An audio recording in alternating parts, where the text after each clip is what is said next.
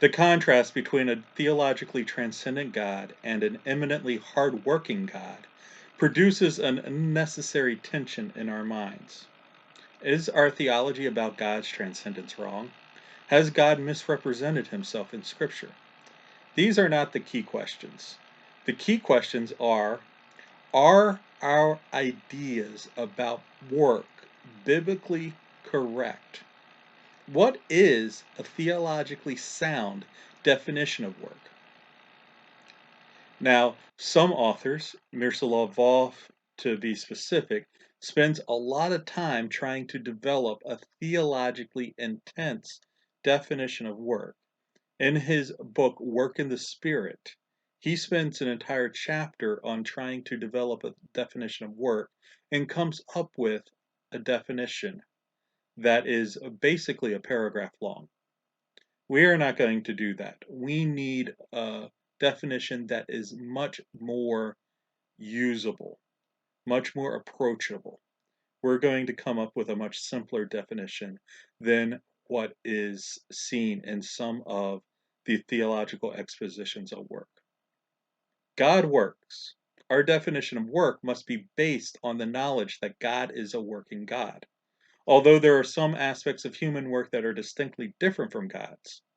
So to get past our assumptions, I'll propose a basic, usable definition of work. Work is the intentional use of a person's energy to accomplish a specific change. Work is the intentional use of a person's energy to accomplish a specific change. There are four key ideas within that definition. Personal. Work is done by persons. This does not just mean humans, because persons is a larger word than humans. Person is a broader than just a synonym for the word human. God, for example, would be a person. The Trinity has three persons. Angels and demons would be considered persons. Persons do works. Things do not. Work has to be intentional. Intentional is the second key word. Work is done based on a previous decision of the will. Work cannot happen by accident or at random. It has to be the process of a thoughtful intention. This is why work must be done by persons.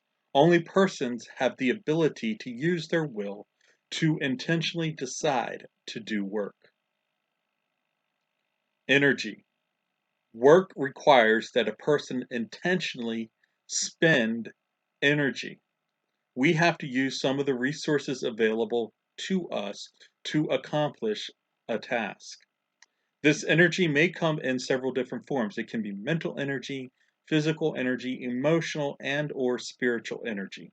But we must expend energy in order to accomplish work. This is where human work and God work differ.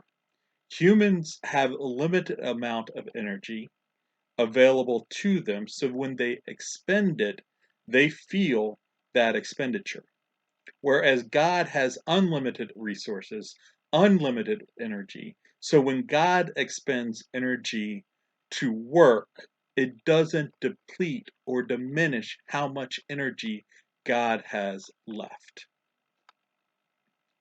The last key word is change. Work must accomplish a change, and that change has to be an intentional change. We have to want to make a change.